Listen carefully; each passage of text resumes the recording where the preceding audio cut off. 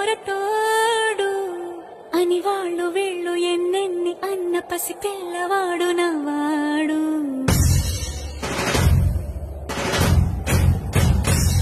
విడుముండోడు అని ఊరువాడ అనుకున్న గాని మహారాజు నాకు నవ్వాడు.